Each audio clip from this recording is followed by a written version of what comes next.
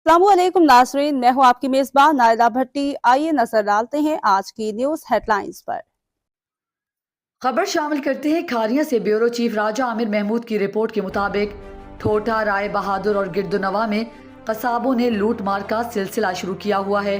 Mutton 1600 से 2000 का beef 1000, chicken 800 रुपए फरोख्त किया जा रहा है।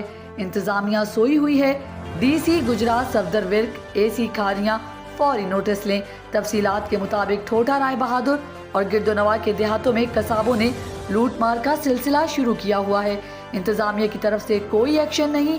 गोश्त के रेट में मन मर्जी के लगाए हुए हैं। मटन 16 से 2000, बीफ 1000 रुपए का किलो और चिकन 800 रुपए किलो फरोख्त हो रहा है, लेकिन इंतजामिया खामोश बैठी है। डीसी गुजरात सफदर विर्क एसी खारियां फौरी सख्त कानूनी कार्रवाई करते हुए भारी जुर्माने और FIR करें ताकि गरीब आदमी को रिलीफ मिल सके।